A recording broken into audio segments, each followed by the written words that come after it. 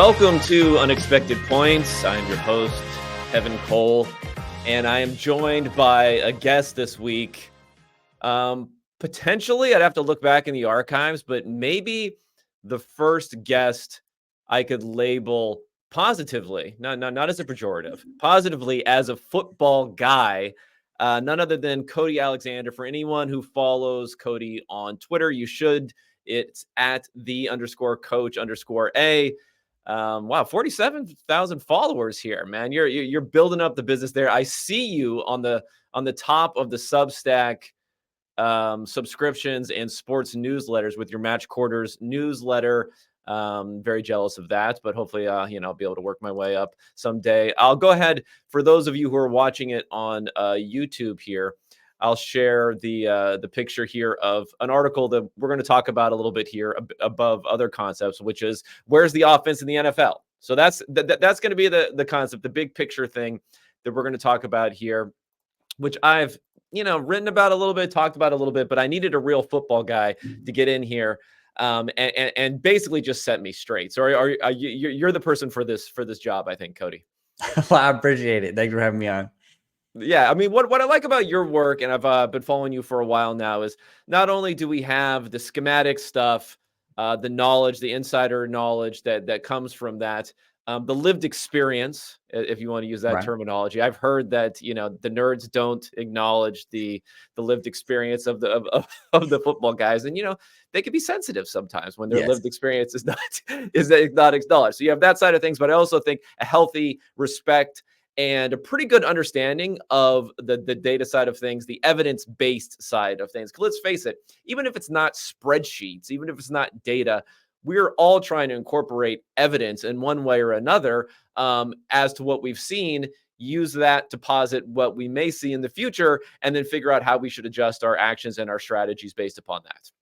Yeah, 100%. I would like to be a bridge builder, not a bridge burner in this sense. I've burned enough bridges in my life. So I with the analytics crew, I enjoy the data and things like that. So I'm building a bridge. Well, we'll see. You'll probably turn on us eventually. It always happens. It always happens. Well, it doesn't always happen, but I think amongst a certain mindset of person, like if you're too online and if you're too much of a social media, maybe I don't even know what these generations even mean anymore. There's too many of them. Gen Z, I guess, or younger. There's been quite a few people who I thought I had like a pretty friendly relationship with. But trust me, they'll go to that quote tweet button. They'll go to that quote tweet button and get me. And I'm just like, what the heck's going on here? I thought we were friends. So luckily, you're a much more disciplined and rational human being than even I am when it comes to these things, because I step in it again and now and again on Twitter. So I appreciate that from you. No problem. All right, so let's get into it. We're not going to solve offense and make offense win again in this podcast, but I do think we can talk about it in an intelligent way, because there's so many different theories, so many different opinions, not only for what is happening or not actually happening right now, why it is happening, and how we can fix it. I think oversimplified in all different directions, mainly because it's a lot of the discussion is being done on debate shows, take shows, and on social media. But let's kind of start with the first things first. So you're someone who's been following the trends for a number of years. And I think it's important to note that while it's really front and center in everyone's mind because of the scoring drop we've seen so far in the first few weeks of the season, which I think is even worse in week 3 than we saw in week 1 and 2, maybe an acceleration of a trend we're seeing here. But this is not a trend that's just started to happen. So I think maybe in the larger lens of things, when people are saying, is this real or not? We kind of knew even before going into the season that there was something real going on. Yeah. And this has really been a trend since we had the offensive explosion of 2018. I mean, that to me, that was when football broke, right? Like the NFL broke. It finally said, you know what? We're going full in on the spread, what these college guys are doing. Why can't we incorporate some of these things into what we're trying to do? I think the analytics caught up on the offensive side. Offensive guys just in general are always more accepting for, criticism, critiques. What are some new things that are out there? Maybe what kind of info I can get. Defensive coaches are all very reactionary, dogmatic. It's about the scheme. It's about, 11 players running to the ball. It's about tackling and fitting your gaps and all that stuff. So they're not necessarily as open to the analytics. And so I think in 2018, when we basically played a basketball game between the Rams and the Chiefs, from that, people start experimenting. And you can even go back to 2017 with the Eagles and what they were able to win essentially a Super Bowl with a backup quarterback playing a quote unquote collegiate offense, running RPOs and quarterback run game and things like that. And so I think some of these other offenses started figuring this out, and defenses in typical fashion in the NFL, we're just going to man them up. In 2019, cover one rates go really high. That didn't work. And then cover rates now are down to like less than 20%. So I think they kind of figured it out. And that's really where we are right now. So yes, this has been a trend for the last 5 years for sure. Yeah, I want to get into some of the historical stuff before we get into even what's happened this last trend, because I do think it's important. I mean, I remember the 2017 season pretty well because Aaron Rodgers got injured fairly early on. He broke his collarbone, which kind of led to the NFL changing the rules where you can't, body weight on top of a quarterback. There were some struggles kind of generally with quarterback play. Carson Wentz, believe it or not, was probably the MVP frontrunner at a certain point in time before he tore his ACL. And then, of course, Nick Foles stepped in and took him to the Super Bowl. But that was a year of an offensive decline. Yeah. Right. That was a year where things have been trending. Okay, it declined. There was a little bit of panic, I think, in the air, especially when Rodgers went out to injury, as what's going to happen with quarterbacks. Peyton Manning was gone. There were some other things that were going on at that point. Then, as you mentioned, not only was it nothing to worry about, but the whole script flipped the next season, and we had the largest explosion in offense that we've seen maybe ever, going from 2018 to 2020 in pass efficiency there. So let's talk about that. I mean, what was that shift? Was that just the adoption of concepts that were coming from college, along with these quarterbacks that were coming from college, that was moving forward? What do you think made that real change? Because again, it's weird to think about. Maybe it's darkest before the dawns type of situation. But in 2017, people were really worried about what was happening with NFL offenses.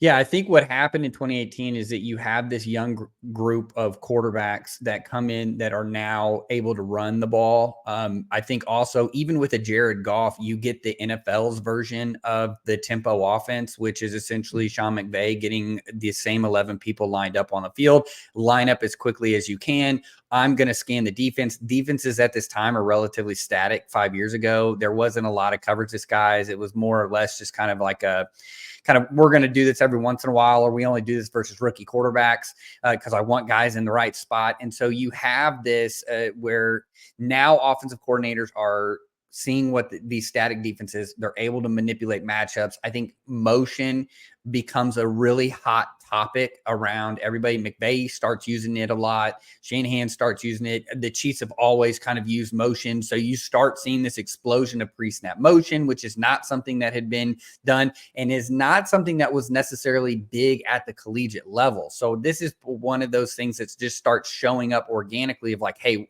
what if we just start motioning on every single play? And then we start seeing defenses can't adjust because their answer to everything was to just run cover one or run cover three. And so now we have the deep cross where people were just defensively, the offense had the answers and it was very predictable what the defense was going to do. And I think that's where the next year we have 2020, we go 19, we go 2020, and that's where the Fangio-Staley explosion of too high defense comes from. Yeah, I wonder sometimes when we're talking about like the dynamics of new innovative concepts being introduced, adopted, and then countered, and maybe having some struggles off of that. I wonder if we're seeing a bit of an an acceleration or a dramatic whiplash effect when we're having it here. And part of it, is I think data in a way and analytics in a way. I mean, you can have discussions of how much it actually affects the game. I've seen a lot of people in other sports. I mean, I follow soccer a lot, and so people say, well, it's really like the trends were already going in this direction towards taking shots closer to the goal. There was before data came into play, so it's really the coaches who were implementing these things. I mean, I guess it's always the coaches who are going to be Mhm. ultimately implementing these things. But what I think data makes a difference is when you have this tighter, more solid feedback of evidence, um, and you have a better measurement of evidence rather than saying, "Oh, this is the best offense in the NFL because they have the most yards," or something Right. like that that people would quote in the past, or are really figuring out these run pass ratios and how much is driven by score differential and things like that. These things tend to be adopted everywhere. And then you have the offensive coaches when we talk about coaching and the spread of, the joke, anyone who's had a cup of coffee with Sean McVay was getting a job somewhere. Right. That is accelerating and spreading more than anywhere else. And I think also on the defensive side of the ball, once they realize some of these concepts were working to counter this, that almost becomes universalized much more quickly than it would in the past, leading to these accelerating declines that are going on there. So I don't know. I guess that's how I view data a lot of time. It's not like there is a guy with a spreadsheet running a football team, but when you're trying to, put all these complex things together in your head, and you're a coach, and you can see that strong feedback, you can pull and see what other people are doing more quickly. You can adapt. Maybe it also becomes a universal universalized concept, which is then easier to attack from the other side because there's not as much diversity in what teams are doing. Yeah, and I think that that's what happened at the college level is that we saw everybody, the standard was we're just going to run quarters. It doesn't matter if you motion because jet motion got really popular like in around the teens, and then it quickly died out because it everybody was playing quarters. You're even, you can't leverage. There is no way to create leverage. And so I think at the NFL level, we saw this actually in the Super Bowl with the Patriots, the infamous Super Bowl, like the Rams looked like they were going to score 50 points. And then Belichick comes out with a 6-man front and playing quarters behind it. And everybody started freaking out.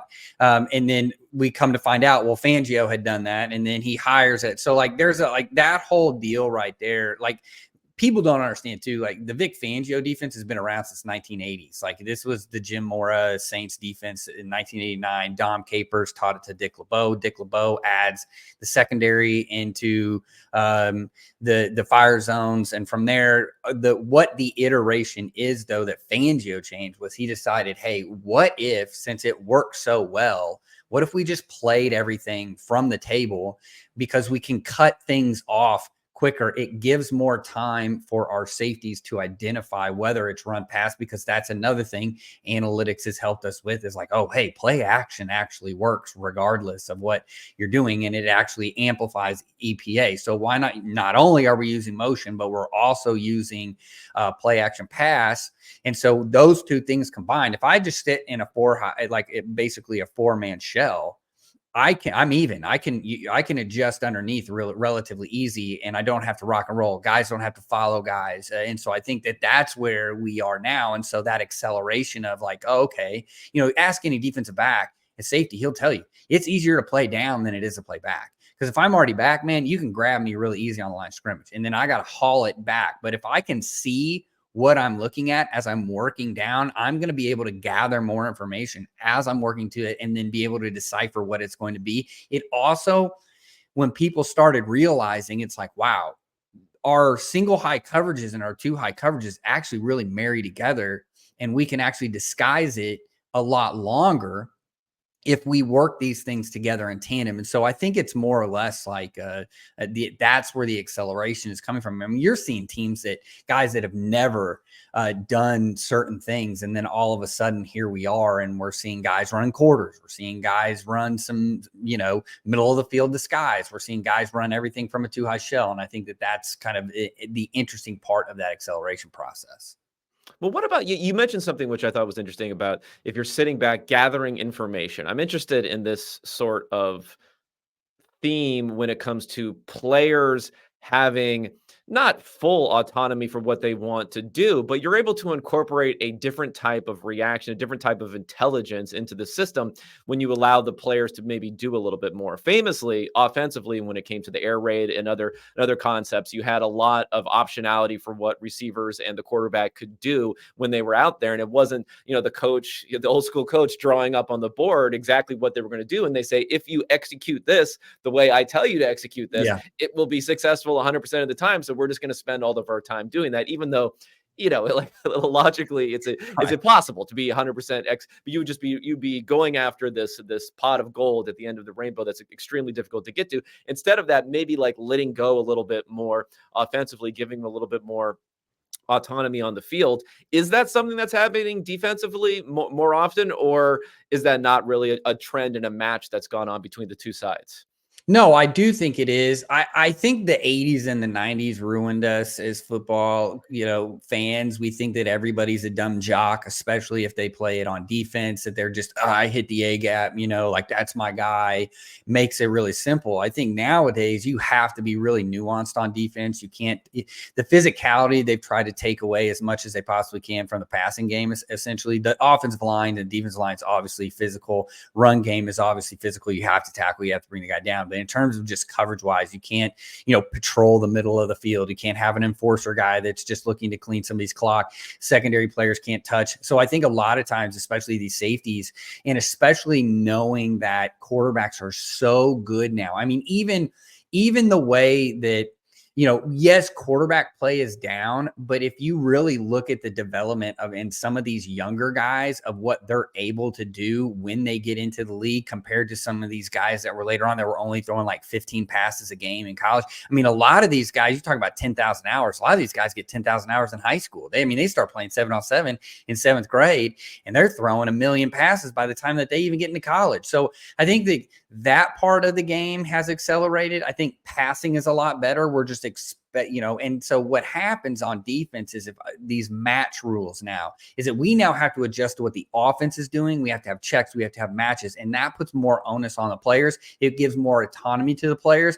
I've always believed too, if you give your players more autonomy in the scheme and what they're doing, they will actually take more ownership in it and they'll be better at it. And so I think that we're finally seeing some of these guys like, you have to talk to your players differently now than you could even like 10, 20 years ago. And so I think they want more autonomy and coaches are willing to give it to them, which means you have more schematic fluidity. You have the ability to run more things because they want more. They're asking for more. It's not just a command style hit and do exactly what I say. Okay, let's talk about the quarterback talent part of it, because I think that's interesting. I think you're probably right, just from a pretty easy way to diagnose the talent that some of these guys have and being able to throw the ball. I mean, we have, as you mentioned, reps, practice, quarterback clinics, everything is going on now. These guys have, if you got the cash, you got your personal coaches, you got Yes. your whatever else. It's becoming like tennis or something where you have like billionaire dads who can probably pay for their guy to eventually get so good at it. So you're going to have that sort of competency on another level. At the same point in time, one of the theories that's been floated out there beyond the schematic stuff, as far as what's causing this trend, is the fact that you had a number of really, really high end pocket passers who have aged out of their primes or completely aged out of the NFL over the last decade. Again, going back to, Peyton Manning, Tom Brady, Drew Brees. Aaron Rodgers is actually kind of looking pretty good recently, but Yeah. he's probably not quite at his prime like he was in the past. Phillip Rivers, Ben Roethlisberger, Matt Ryan. There's a lot of guys who were maybe like top 30-ish sort of quarterbacks of all time who have all left the NFL. Is that part of it? Would quarterbacks like that potentially, even if they don't have, even if the guys today who can make all the throws, would they be better at diagnosing how to attack and maybe making the reads that are necessary to attack these types of offenses than the quarterbacks we have in the NFL today? Or is it probably just like mashing together two different concepts that don't really apply to each other since we're in a new era? Well, I think that it is a different era. I think that quarterbacks are now being asked to run the ball. They're being asked to do more mobile, which kind of opens you up. I think that's why the Shanahan system, the boot action and all of that is actually coming back around. I grew up with John Elway. I mean, you run the boot, right? You get the wide zone, you run the boot off of it. They just weren't asking Elway to actually carry the ball like, Josh Allen running some, counter bash concepts where the running back's going one way, the line's pulling the other, and he's going to get you the yards. Jalen Hurts is another example. Guys like that wouldn't have necessarily survived in the NFL 10 years ago because it was square peg round hole, right? Like this is the guy that we want. I do think a little bit of paralysis by analysis that we're seeing here with the younger generation. They're not asked to set protections at the college level. They're not asked to do full field reads. They're not asked to even know defenses. I did some consulting for a Division I quarterback who's a very high caliber, probably going to be a first round draft pick. I would work with him the past couple of years. I was shocked that that's not being taught at the college level. Just even coverage basics of just, hey, this is what cover 3 looks like. This is what Tampa 2 looks like. This is where the ball needs to go. I think college coaches have gotten so good at just half field reads. Here's your leverage read, throw the ball there, that now when they go to the NFL level, it's a man's game. And you got to know everything. You got to be able to set the protections. That offensive line is not going to be happy if they have to set the protection for you, because then that has to get relayed. It's just you're adding seconds to the clock. You then have to communicate. You need to know where all the receivers are at every time, because if you do have to bail because these edge rushers are really good and you may not have the best left tackle in America, now I have to be able to decipher where's my escape plan, and then where does the ball need to go, and where I know my guys are going to be. And so I think what we're seeing a lot of times now is we've kind of gotten fat on fast food at the high school and the college level with the deep choice stuff. I mean, Art Briles, that offense was just pure sugar, right? I mean, it's the most simplest run schemes. It's the simplest pass. I mean, you're literally running a fade or you're running a post or a stop route. I mean, that was it.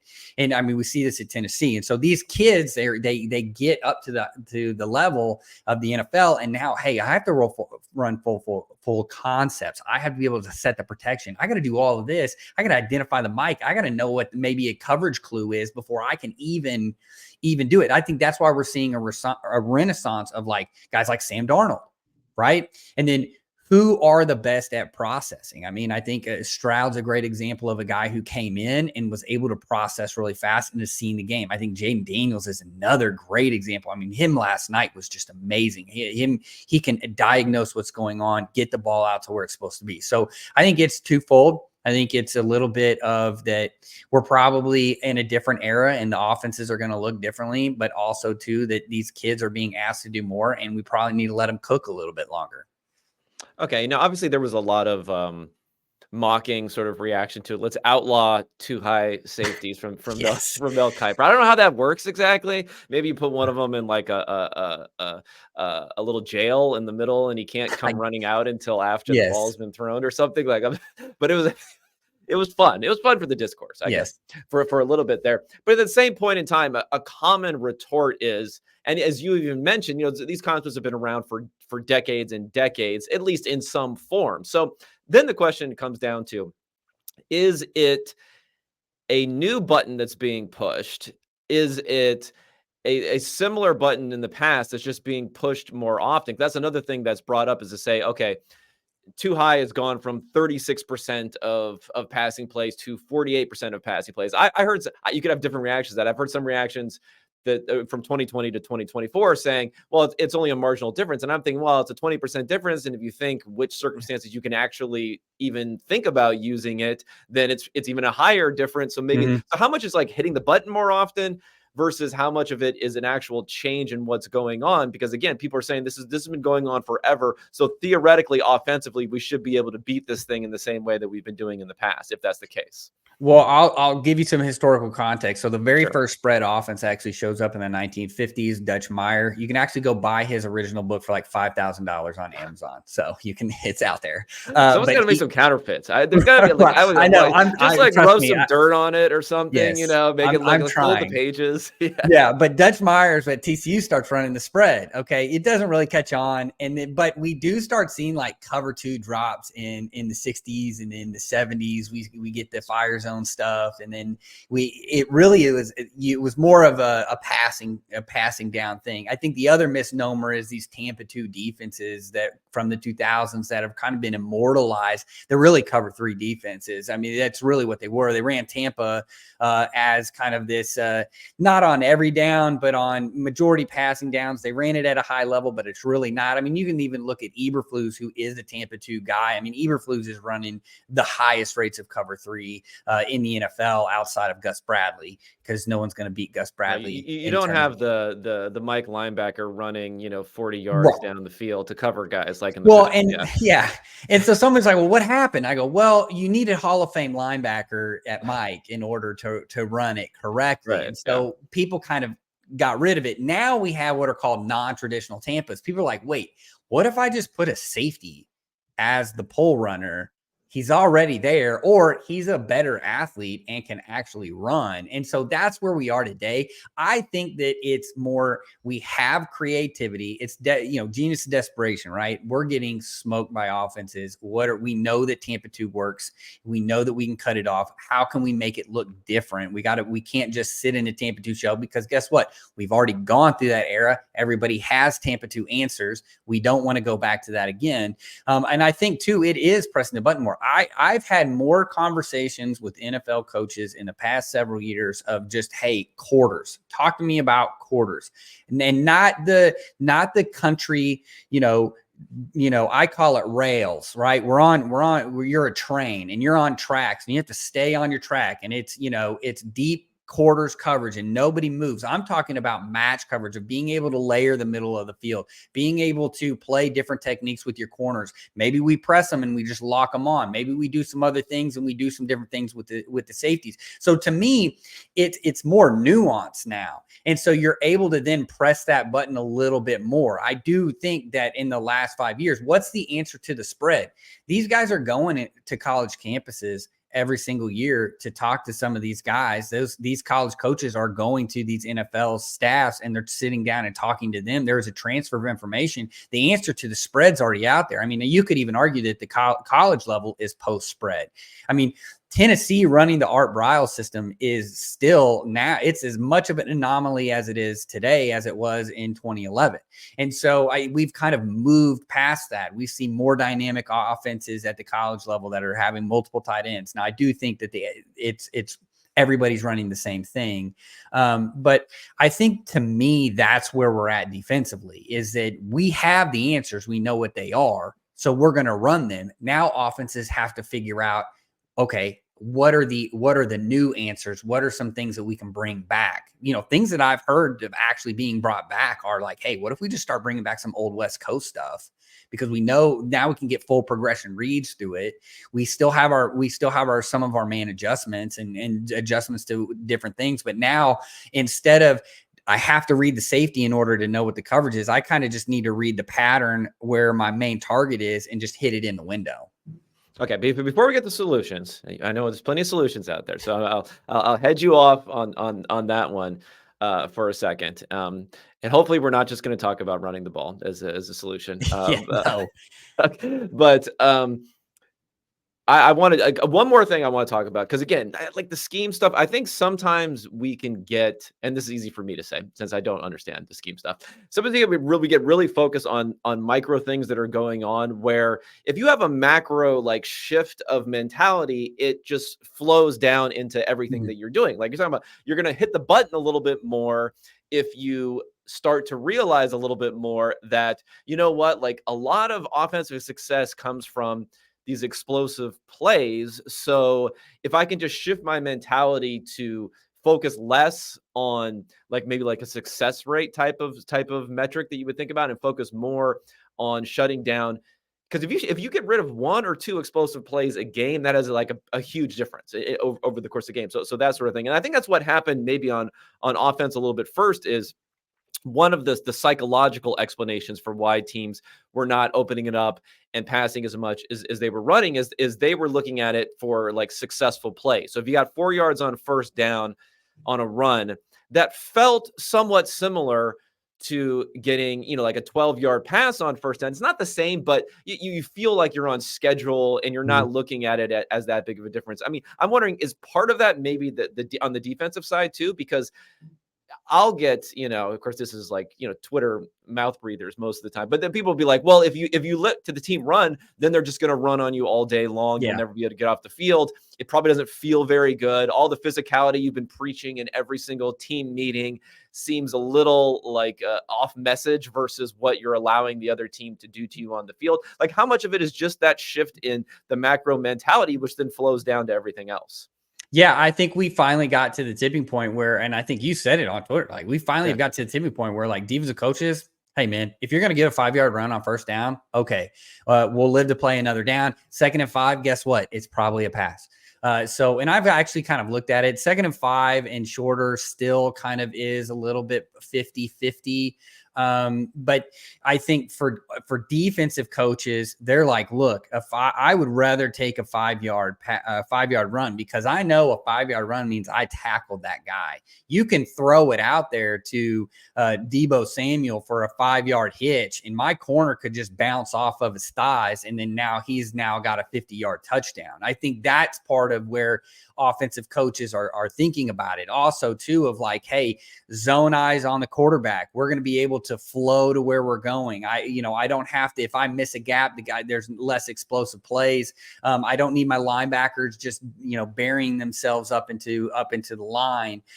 So I think that we've seen this, and I really think that this is the Sabanification of football, of where if you go and look at a Nick Saban playbook, there are no run fit images. There is no run fit images. Now, that's not to say he doesn't teach run fits. It's just you can clearly see the emphasis is on coverage. I mean, the guy's got a 3,000-page playbook that he had at the Dolphins, and like over half of it is just basic coverages, 7-man distribution coverages.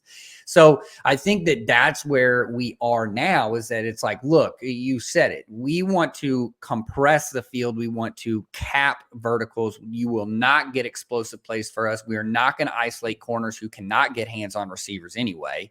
I don't want to create track meets because we're always going to lose. Remember, there's only 2 positions on the football field that go backwards to start the play, and that's the corner and that's the offensive linemen when they're in pass protection.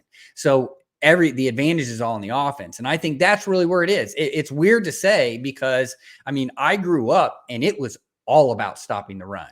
You just guard your man or try and make a play on a pass. But if it's a run, you go and you put your face mask on the ball and you go make sure that guy's down. I think we're seeing where, and I actually had an NFL coach tell me this this past year. It's like, look, a 5-yard run, live to fight another day. We don't care about it. He goes, it's the fans and kind of these high school coaches that worry about, a 5-yard run, because at the high school level, running still matters. But I think at the upper level, the P4 and at the NFL level, they'll be okay. And I think that's where the mental shift has really become. And like you said.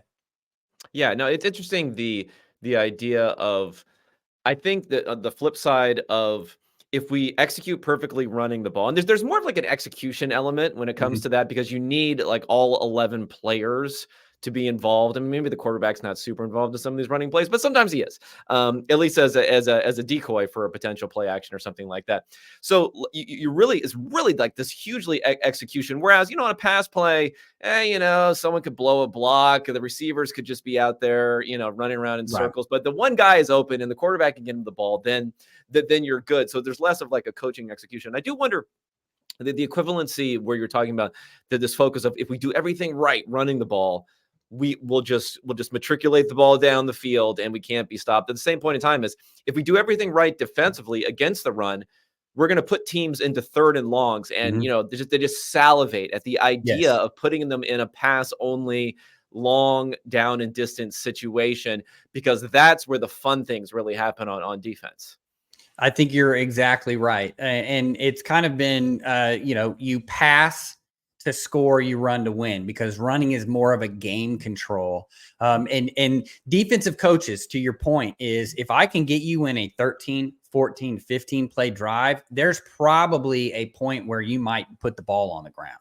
You're going to get in a hurry. You're going to want to throw something. The quarterback's frustrated. The offensive coordinator's frustrated. And he's just saying, just throw it, right? Just throw the ball. And so you get in a situation like that. I think especially now, very few teams will probably sit there and run the ball just at you 10 times in a row on when the score is 0-0. So I think for defenses, that's where it's at. It's like, look, there are things that you can do to mitigate the run up front and be able to keep your coverage. I think we're starting to see that hammer kind of get pounded over and over. We have Mike McDonald, stop the run, have some fun, right? You've got Kirby Smart, who's been, saying for years about, hey, we want to stop the run with as few as possible. That way we can play coverage, right? You want to win on early downs so that you can win on late downs. I think defenses have finally become intellectual. I know that that's crazy, but yes, defensive coaches are not meatheads anymore. At least the successful ones are not. They understand analytics. Hey, if we can win on first, that's really where we want. We want to win on first. What are they doing on first down? What are their first down runs? What are their play actions off of it? Are they an RPO team? How can we mitigate all the space on first down so we can win? Because you're right. 3rd and 7, the meter, that's where it tilts finally to the defense to where, hey, we actually can cook right now. Okay, well, one more thing I think that has to be diagnosed is that there seems to be a disconnect perhaps between the perception, maybe looking at a pre-snap defensive scheme alignment and what actually happens if you run the ball. Because at least according to the numbers, and again, we're not capturing everything there. There's some heart and grit and whatever going on out there that we're not capturing. But at least according to the numbers, the changes that we've seen over the past from 2020 to 2024, again, during this decline is you have defenses changing. You probably have lighter personnel. You have different personnel. Yet the success that you're seeing on a play-by-play basis or the value that you're generating is not really any higher running the ball than it would have been in the past. Now, it's better as far as the differential to a declining passing game, but it's not in and of itself getting better. So I'm wondering, has there also been something defensively? And at least my theory would be, as you take more guys away from the line of scrimmage, maybe you're not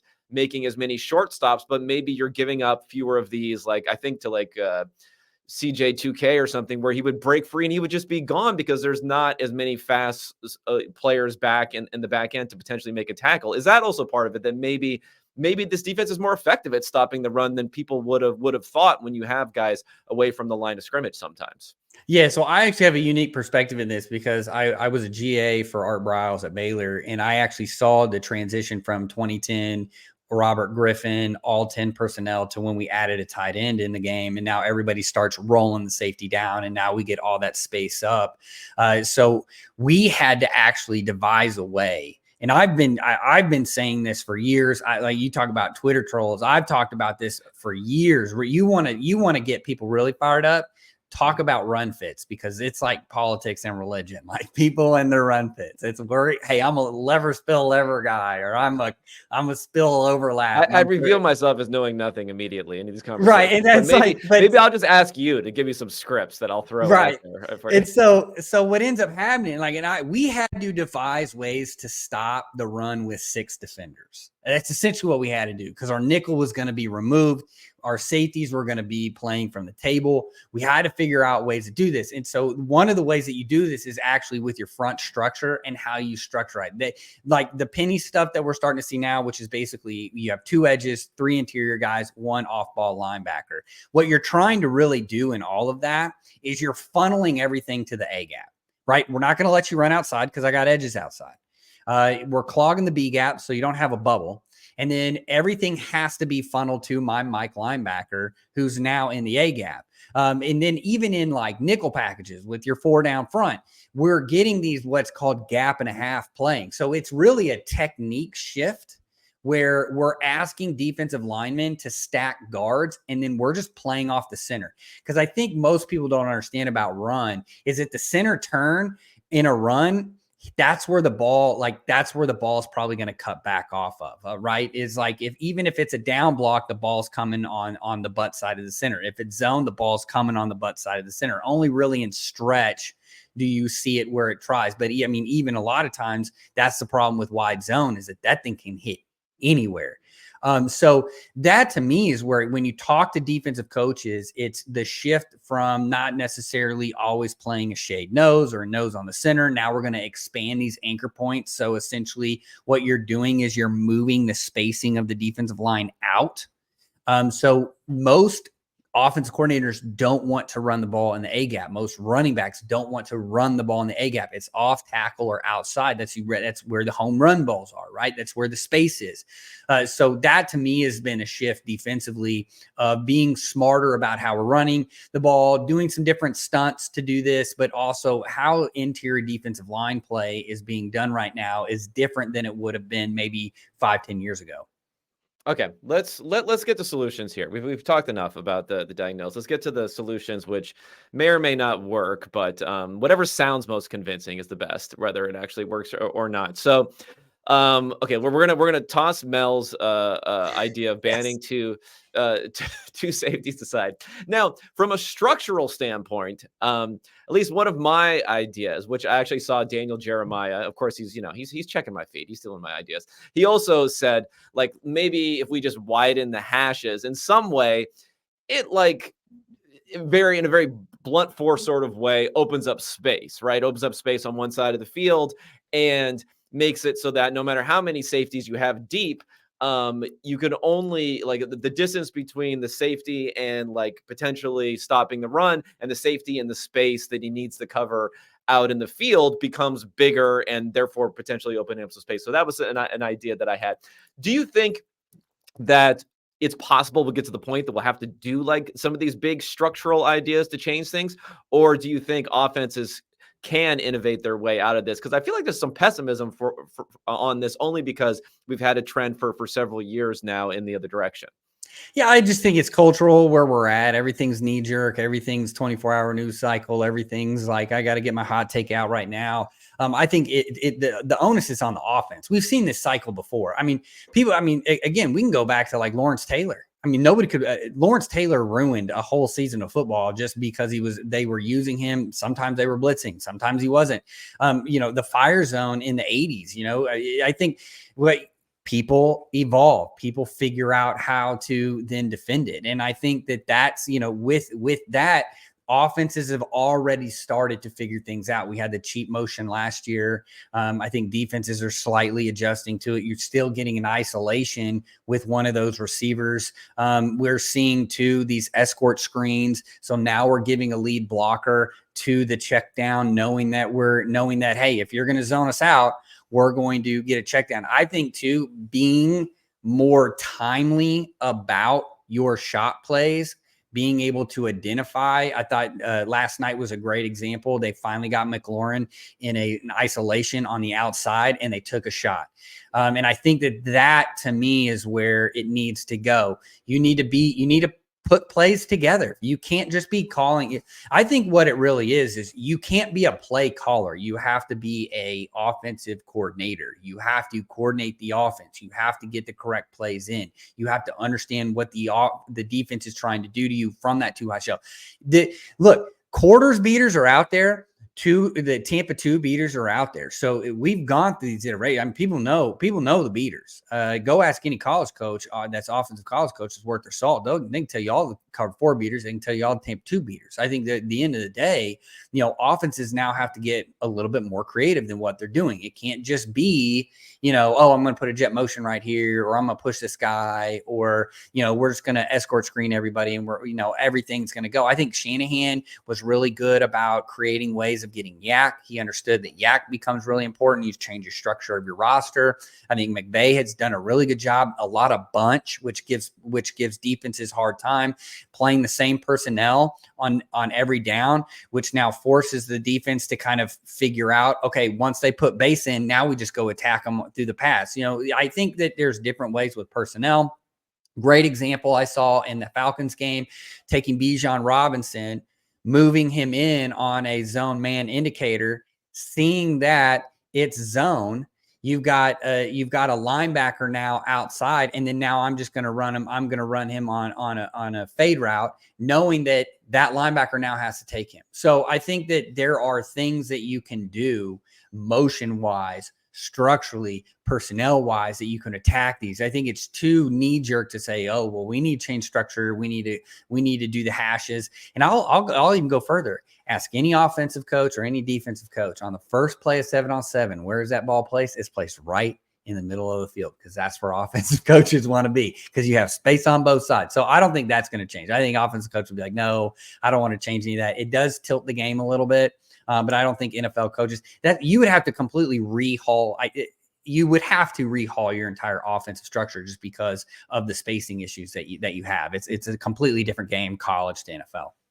Okay, well, so the solution of running the ball. Now, I'm not, as people may not believe this, but I actually believe situationally running the ball can be a good thing. Nerds have been advocating for quite a ways that like running quarterbacks were much more valuable than what people thought in the past based on what they could do. Running situationally on like third and medium was probably a lot more valuable.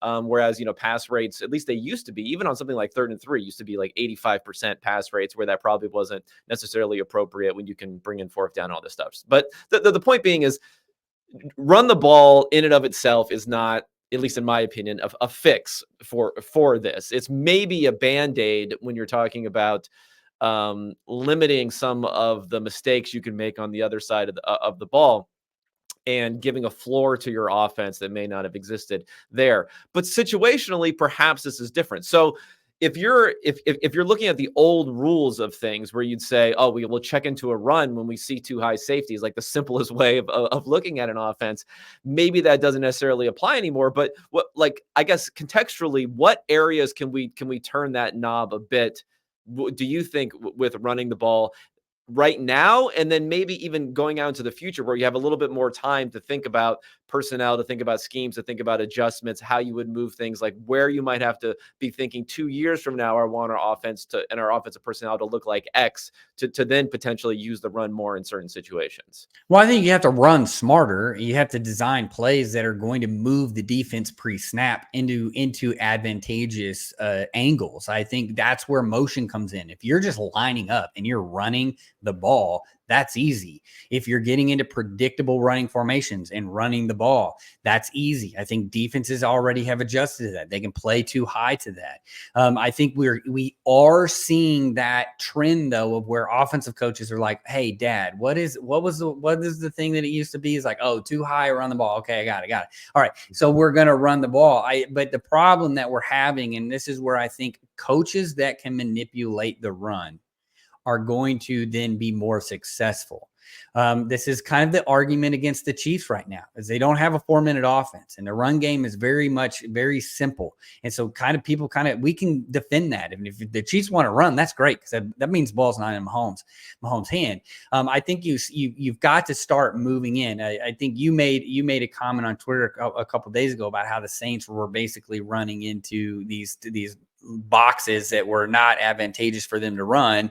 And that's where it comes in. If having checks out of it, the can calls that we see, being able to have, hey, not necessarily, hey, if we get a load of box and we get an isolation on one of our top receivers, we probably need to take it. We need to have some sort of a high percentage throw, or even some sort of a shot play, just to get them back off of us. So it's not necessarily turning around and handing the ball on 1st down. It's how you do it. And really, that goes for everything. I mean, I can give you a playbook, but if you don't know how to run it, it doesn't really matter. And if you don't know when to use these concepts, what these concepts are the best against, I think that's the other thing. If team's going to be in an odd front, we need to be running more gap scheme. Not everything just needs to be zone. I think that we've seen that problem. That problem's been had at the college level. And so, like, if we get 4 down, we need, especially with the wide 9, we need to be running more trap plays. If we want to get downhill, we need to be running more off tackle. Maybe we get a lead, get some misdirection to get the linebackers flowing one way, and then we're hitting them going the other way. And then, to your point with the quarterback run game, and I think this goes back to it. If you're going to, this is not Madden. These guys aren't creative players. I think we all understand, like Lamar Jackson he could easily be the best running back in the NFL, but he's got an elite arm because he's in the NFL. He's just not the top 5 passer in the NFL. Because you can't have, I think Josh Allen is probably the closest that we have is to just like, man, that guy's an elite runner. And then he's also super accurate and he can throw the ball, 70 yards downfield. I think we see that. And usually you tilt one way or the other, like Patrick Mahomes, he's a good scrambler. You're not going to run design quarterback runs with him. He's an elite passer. So to your point though, of quarterback run game, we are still a single high dominant ecosystem in the NFL. And when you can run the quarterback, your quarterback player is actually in the middle of the field. So that's where we saw this against the Cowboys. They're running Lamar had the long touchdown on one of them, and you can see the post safety he's hammering down on the zone action. Doesn't even think about the quarterback. Then you can actually go watch the Saints. The Saints, I thought Tyrann Mathieu, they did a great job against the Eagles. They're in cover 1 because Dennis Allen wants to run cover 1. But instead of actually having Matthews play the deep post, he's attached to Hurts, and he's just running him down because he's as fast as Hurts. And so I think there are ways still, even then, though, it's a one-on-one. You're saying, hey, my guy can beat your guy if we block everything up. And that's what I think offensive coordinators want. And so I do think you've got to be smarter about the approach that you make and not necessarily just, hey, let's just hand the ball off. Okay. Well, how about when we're talking about like a fundamental shift potentially of what's gone on for defense? I also do wonder about some of the fundamental trends that we've seen offensively, passing, and where, maybe some of these dials can be turned in other directions. I mean, if you were going to plot out like average depth of target and completion percentage over decades, it's pretty much a one-way sort of trend in opposing directions there. Is it possible that we come to a point where, as quarterbacks became able to get, and we developed concepts where they could get the ball out quicker and quicker, they could maximize yak for these receivers. Receivers have gotten like kind of smaller also too. Like the dominant prototype, jump ball receiver doesn't really exist as much anymore. Is it possible that's been pushed as far as it can go now that we have defenses who are prepared and ready for it, and that by bringing the average depth of target down so far, teams have just become really allergic to the risk side of the risk reward equation of throwing the ball and potentially getting an interception, no matter what the situation may be.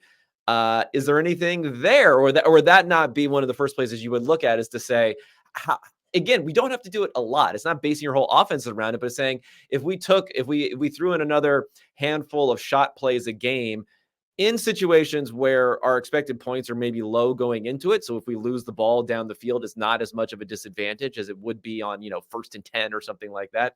That maybe we should be doing that a little bit more often, is to look to stretch and create more space that way, because this free lunch that we've had of going shorter and shorter passes, fewer turnovers, fewer sacks, all those things are starting to fall apart at this point. I think you're right on. I look at it this way: the opposite answer for defense is, if I show blitz, then you have to account for it. And so now your protections have to account for it. That's why simulated pressures the past 5 years has become a really hot buzzword of, we show one thing, but we're actually only going to send 4.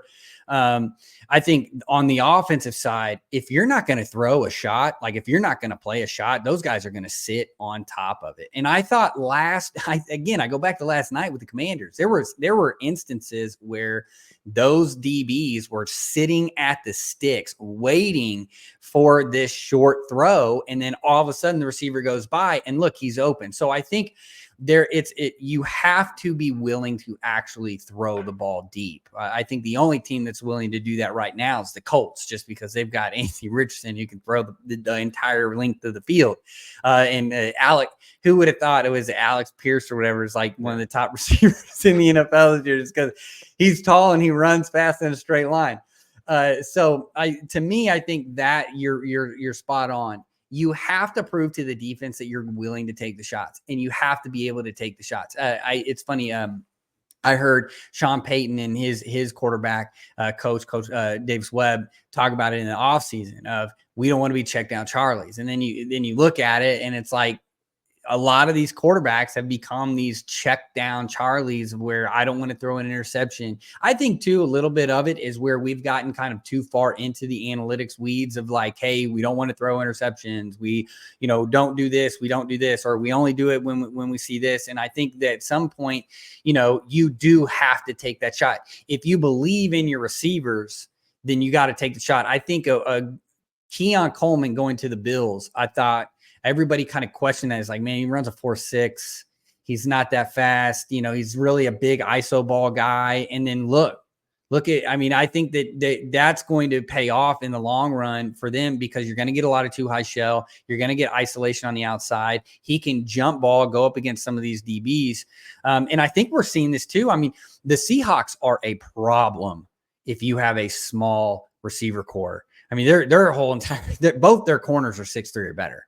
And so, Reek Woolen is 6'4", 215, 210 pounds. So you go ahead and get small. Like they don't care. I think that we're going to go back to, we got to find an equilibrium. I think you got to build your roster a little better, but to your point, take the shots. Yeah. I think there's a couple things that probably haven't caught up even when you're thinking about the numbers. I guess first off, something like PFF grading probably, is more of a representation sometimes of what the observer's impressions are of what's going on. And when it comes to turnovers, there's a turnover worthy play or there's not a turnover worthy play. So Josh Allen was someone last year who had some interceptions that actually had positive EPA, believe it or not, because it was so far down the field in such poor situations. But everyone's going to pull out that INT number or his grading is going to suffer from that. In the same way, I think when you have offensive numbers that are so far down, and specifically passing numbers that are so far down, your expectation for the value that you're going to get on every pass, but more so on every drive or every possession, maybe aren't quite reflected in the numbers that you're using for EPA. So therefore, when you make a negative play, it's basing its assumption that drive had higher potential for scoring points than it probably really did because of what's built into it. So I think that's part of it too, is that like possessions just aren't worth as much as they used to be. So therefore losing a possession isn't as big of a cost as it used to be. No, I agree. And that has to do with the tempo of the game. I think the tempo of the game sped up a little bit. We're seeing now NFL teams are playing, over 70 plays a game, which, 5-10 years ago, it was all 50 to 60 plays. So you're right. You're getting an extra drive or two inside. That's the biggest difference between college and NFL is that the NFL offensive coordinators, very curated list. This is what we expect. Each play is worth so much. At the college level, they're like, hell, man, I'll just run like 5 more plays. Like it doesn't matter. We'll get to 95 plays in the game. We'll just speed it up a little bit, so it's kind of the opposite that you think there.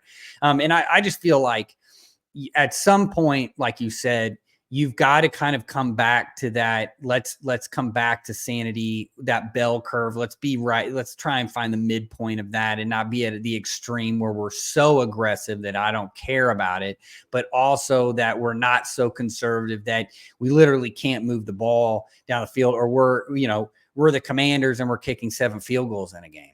Like they did. I thought Cliff Kingsbury, I tweeted out, I said, hey, we all collectively on Twitter bullied Cliff Kingsbury into throwing some shot plays. I was like, geez, well, it's amazing what happened. So I feel like even as a defensive guy, it's like, dude, just take some shots, man. You got it, dude. You have a guy that can throw. All these NFL quarterbacks can throw the ball. So it's like, just throw the ball. Just do it in a way like I said earlier, take your shots when they're there. Don't necessarily just, take them all the time into things that that aren't going to work. Yeah. There's a lot of different things at play here. Obviously, oversimplifications become an issue there. I did think last night in the Commanders was interesting because we were reaching one of the many horizontal raid cycles here where everyone was going to pile on Cliff Kingsbury forever. That all of a sudden we have these chunk plays that happen all of a sudden. So like, I like your theory of bullying them into it, but how much of it because this is something that a little bit of a pet peeve of mine is that, guys who are more of the amateur film watcher types, they'll be watching and they'll be like, oh my God, this offensive coordinator, like, he has no clue what they're doing. And they get mad at me for yelling at a coach who, like, literally just goes on vibes to make decisions on fourth downs. But this is like, presumably these offensive coordinators are like, know what they're doing. Like, this is their Yes. core competency. So how much of that is, what the Bengals were doing, what Jaden Daniels felt comfortable doing, what happened to open up in this game, just open those plays up, right?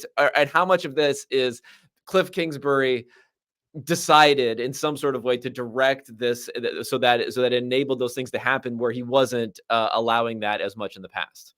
Well, I think people want Kingsbury to be in, like, Mike Leach and Art Briles get thrown into the same thing because Art did work for Leach. They are two completely different offenses. Everything is horizontal, like you said, in the Leach style. That's where Kingsbury comes from. He was running shots with McLaurin. It just, they were getting covered. They weren't open, and Daniels was going different places, or he was running for his life. I think last night with what the Bengals were doing, they were like, look, we are not going to let you throw short. We don't think you'll throw deep. And then it was nice to see it. I actually saw the interview with McLaurin after the game. He was like, yeah, I just told Cliff, hey man, put me into the boundary, let me get a go ball. And that's what they did. And that's what that long touchdown was. Basically, kind of blew the game open for him. That's where that came from. So I think a little bit of it is he's trying to figure out what Daniels can do. We always have these knee-jerk reactions in the first couple weeks of like, oh man, look at all this. It's just funny because, like, Cliff really is, like, Kingsbury really is, like, super horizontal and everything. He doesn't do a lot of it's been built up with him. Is it from his time in Arizona? People were just waiting to take shots at him based upon that. So, yeah. He's kind of like, well, because his offense really is like a meme offense in the NFL because it is collegiate. But he does. I mean, I've watched him. I mean, I coached against him when I was at Baylor. So I've seen him kind of evolve over time. Like 12 personnel, his run games are a lot better than they were at the college level. He's way better than he was just even when he started at the Cardinals. So it is funny, like, that's the one guy that everybody goes. But you see this as well just in offense. I think that some of these guys that don't want to use motion and don't want to do these other things, like, I get it. Like Aaron Rodgers, the Jets was against the Patriots. They just ran empty and trips. If you get into empty and trips, it limits what the defense is going to do. So if you're going to be static, you have to kind of spread them out, and you got to do it that way. So that's, if you're going to be static, that's what it's going to have to look like. I just don't know if the Jets can do that in a full 17 game season, just because I just don't know how attainable that is. Okay. Well, I think we've learned something, perhaps. We solved it. Actually, let's just say we solved it. We solved it. It's over. On to offensive success going forward. I mentioned, Cody, some of your work that you're putting together at Match Quarters. Why don't you give me what else you're working on right now? What else you want to plug for the people out there? Many of the people hopefully are also, like, on the Substack. Really easy. Click that other button. Yes. And get subscribed over to Match Quarters too. Yeah, if you're interested in defense and then just like how offenses counter that whole dynamic of it, matchquarters.com is where you want to go to. I have written 6 books on defense, so if you do want to get in the nuts and bolts of it, I would just say if you want to wade into it or actually are interested in what we talked about today, Hybrids is probably the book. I've got links on that. I also am doing, I'm also the head of football ops at Field Vision, which is predictive analytics. We're doing a lot of things over there. In fact, our app has stats just as much as it has game predictions. We're kind of wading through it, kind of do it. We had a really good first week. We're kind of correcting the model as we go through. So that's kind of what I'm doing right now. And it's just an exciting time. I'm glad to finally have football on pretty much every day. Yeah, and then also Big Datable. You're a Big Datable guy. So again, he's got the stripes there when it comes to the data analytics. And I think for listeners here, we're gonna lower the price below $5,000 for these books that Cody has versus, Yes, they are much some lower of these than others. So slightly less is a package deal if you want to go in and find those on. I assume they're on Amazon or some other. Yes, they are, and there's a link in Match Quarters. Okay, if we can sell one of those for 5,000, though, maybe that would be a good little boost to the profit margins there.